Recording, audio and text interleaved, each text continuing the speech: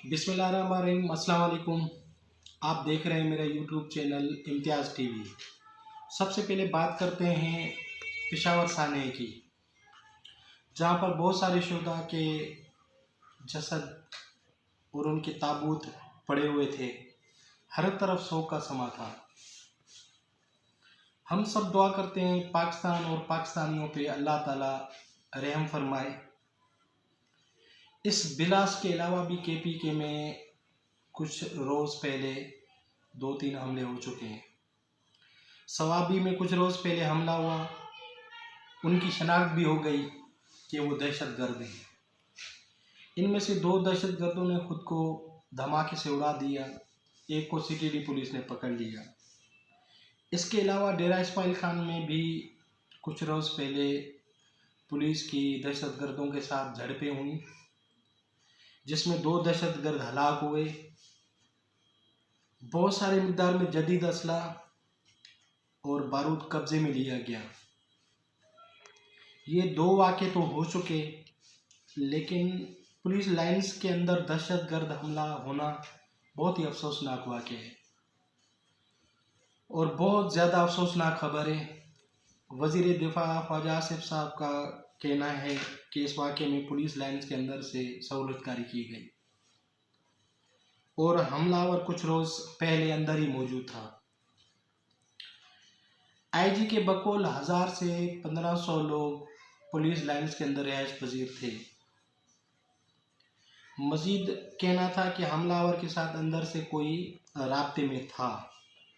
मेरे ख्याल से ख्वाजा साहब का ये जो बयान है वो उनका ज़ाती राय हो सकती है, क्योंकि इन्वेस्टिगेशन चल रही है। और हुआ इस तरह के KPK के IG को वज़ीर आज़म शहबाज शरीफ साहब ने कॉल की और उनसे पूछा कि दहशतगर्द अंदर कैसे दाखिल हुआ, आपने उसे चेक क्यों नहीं किया। आप सबको पता है कि शहबाज शरीफ ब्यूरोक्रेसी के ऊपर चढ़ जाते हैं और बहुत ज़्यादा चढ़ाई करते हैं।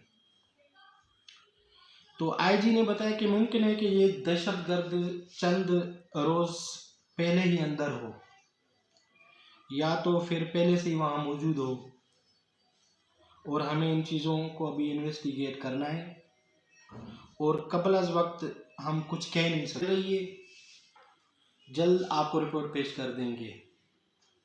इससे शायद ख्वाजा साहब ने ये बात कह दी और इसके बारे में कबल अज़ वक्त बयान दे रहे हैं। ये मुल्क के वज़ीर दिफा हैं। इससे ऐसे स्टेटमेंट से पहले इस बात का आइडिया होना चाहिए कि वो ये कहेंगे कि अगर ऐसी चीज़ है तो पकड़ना ज़रा थोड़ा मुश्किल हो जाता है या मुश्किल हो जाएगा, और मुल्ज़मान छुप जाते हैं और उन्हें पकड़ना इतना आसान नहीं होता। पेशावर वाक़या बहुत ही अफसोसनाक वाक़या है और हम सब पाकिस्तानी पेशावर वाक़े में जिनका भी नुकसान हुआ है उनके साथ बराबर के दुख में बराबर के शरीक हैं। और शुहदा की तादाद भी कोई 60 से भी तजावुज़ कर चुकी है और 150 के करीब जो अफराद हैं वो ज़ख्मी हैं, और उन शदीद ज़ख्मी में से भी कुछ लोगों की जो हालत है वो तशवीशनाक बताई जा रही है। बहुत ही बदकिस्मत वाक़या है। अल्लाह पाक हमारे मुल्क को और हमारे मुल्क के लोगों को ऐसे अनासर से महफूज रखे। इस तरह के वाक़यात रोकने के लिए पाकिस्तान की जो इंटेलिजेंसेस हैं वो सब काम छोड़कर दहशतगर्दी की तरफ तवज्जो दें। बाकी सब चीज़ें होती रहेंगी, पाकिस्तान में सियासतदानों की सियासत होती रहेगी, चलती रहेगी। मेरे ख्याल से एजेंसीज़ को मुकम्मल फोकस अब दहशतगर्दी पर देना चाहिए और इन दहशतगर्दी से निपटा जाए। सब अपना अपना काम करेंगे तो मुल्क ठीक होगा। आप इलेक्शन कमीशन ऑफ पाकिस्तान पर छोड़ दें और सियासतदानों की जो सियासत है वो उन पे छोड़ दें। दहशतगर्दी आपका सब्जेक्ट है, दहशतगर्दी को ख़त्म करना आपका काम है, कौम की हिफाजत करना आपका काम है, और ये सबसे अहम काम है जो आपने करना है। करेंगे तो मुल्क ठीक होगा। आप इलेक्शन कमीशन ऑफ पाकिस्तान पर छोड़ दें और सियासतदानों की जो सियासत है वो उन पे छोड़ दें। दहशतगर्दी आपका सब्जेक्ट है, दहशतगर्दी को ख़त्म करना आपका काम है, कौम की हिफाजत करना आपका काम है, और ये सबसे अहम काम है जो आपने करना है। बाकी सब काम बाद में होते रहेंगे, और सबसे जो अहम काम है वो पाकिस्तान की सिक्योरिटी फोर्सेस ने ही करना है, और वो जो काम है वो पाकिस्तान और पाकिस्तानियों की जान और माल की हिफाजत करना है। तो इसके ऊपर पूरा फोकस होना चाहिए। जो दीगर मामलात हैं उनसे थोड़ा सा ब्रेक लेना चाहिए। मेरे ख्याल से तो पूरी ज़िंदगी के लिए ब्रेक ले लें तो बेहतर ही होगा। अल्लाह पाक पाकिस्तान और पाकिस्तान पर रहम फरमाए, क्योंकि सबकी यही कोशिश है कि कोई ऐसा बड़ा साइना हो जाए, ऐसा कोई बड़ा वाक़या हो जाए जिससे इलेक्शन डिले हो जाए। पीटीआई के रहनुमा असद उमर का कहना है कि 90 रोज़ के अंदर इलेक्शन ज़रूरी है। गवर्नर साहब अपनी आइनी जिम्मेदारी पूरी नहीं कर रहे और आइन को मजरूह करने की मनसूबाबंदी हो रही है, और सबकी यही कोशिश है कि इंतखाबात की मुद्दत को तवील किया जाए।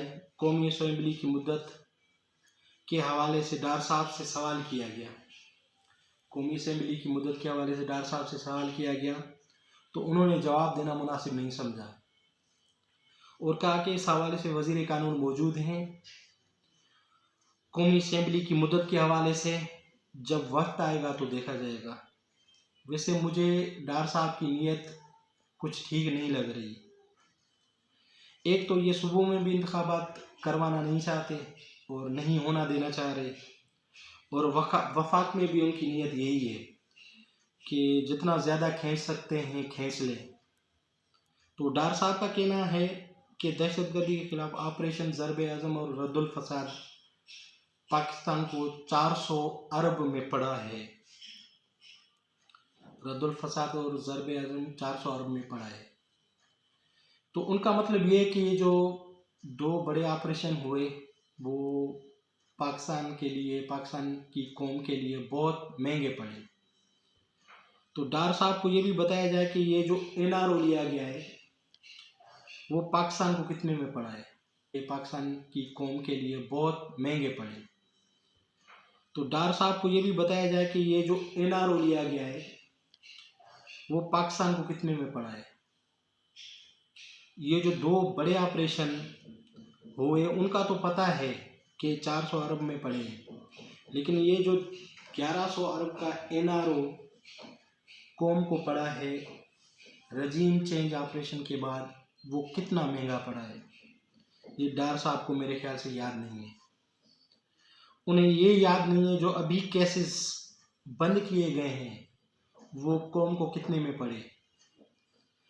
उन्हें ये याद नहीं कि कितने ज़खायर थे ज़र मुबादला के पाकिस्तान के, वो कितने रह गए। पाकिस्तान की इक़्तिसादी तरक्की कितनी कम हो गई है, एक्सपोर्ट में कितने डॉलर कम हो गए हैं। पाकिस्तान की करेंसी की हालत आप सबको पता है कि पाकिस्तान की करेंसी की हालत कहाँ पहुँची है। अब मैं आपको बताने लगा हूँ कि टॉप लाइन सिक्योरिटीज़ के मुताबिक रवां साल मतलब 2023 में, जो कि अभी 1 महीना मुकम्मल हुआ है जनवरी का, पाकिस्तान करेंसी की जो गिरावट है वो दुनिया में सरे फहरिस्त है। जो पाकिस्तान की करेंसी की जो गिरावट है वो दुनिया में सबसे ज़्यादा है, सबसे ऊपर है, जो कि जनवरी में 16% कम हुई है। और दूसरे नंबर पे बांग्लादेश। अब लोग कहेंगे कि भाई बांग्लादेश भी तो कम हो रहा है, उसकी भी तो कम हुई है। तो अगर बांग्लादेश की जो करेंसी है वो कम हो रही है तो पाकिस्तान की भी होने दो, कोई इतना बड़ा कोई इशू तो नहीं है। और अगर पाकिस्तान की कम हो रही है तो बांग्लादेश की भी हो जाएगी, कोई मसला नहीं है। जब बांग्लादेश की हो रही है तो पाकिस्तान की कोई इशू नहीं है, मतलब लोगों को जहन में यही आएंगे।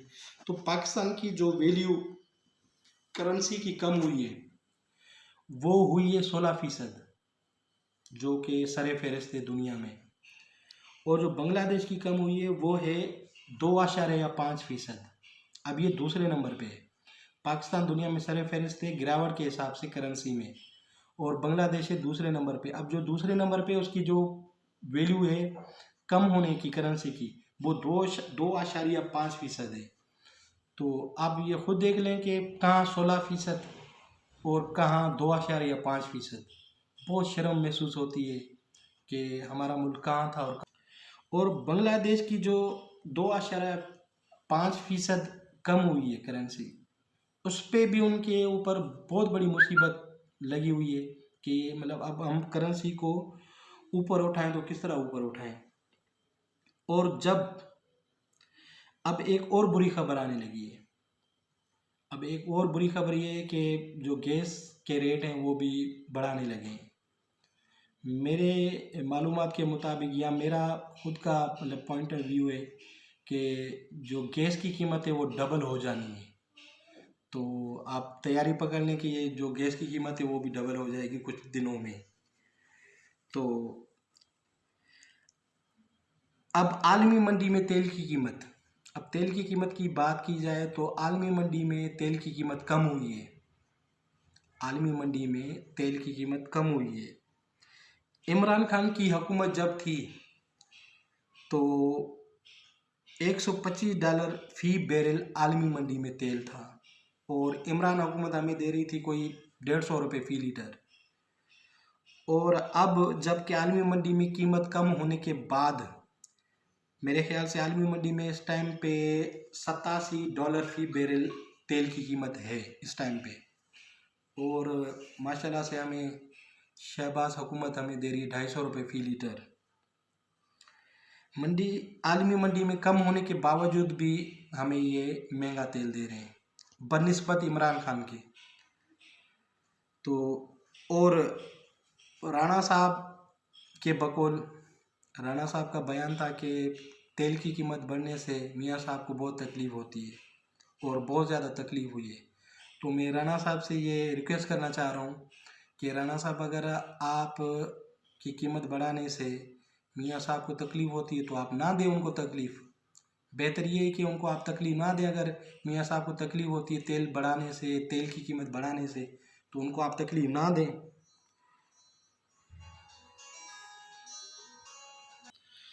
और दुनिया भर में गोल्ड की कीमत, सोने की कीमत कम हो रही है और पाकिस्तान में जो कीमत है वो बढ़ती जा रही है। ये जुल्म कब रुकेगा? ये जुल्म सवाल पैदा होता है, ये जुल्म कब रुकेगा? मेरे ख्याल से ये जुल्म तब रुकेगा जब पाकिस्तान की अवाम को खुल के फैसला करने दिया जाए। आज के लिए, अब तक के लिए इतना ही। इंशाल्लाह मिलते हैं नेक्स्ट व्लॉग में। अपना ख्याल रखिएगा। अल्लाह हाफिज़।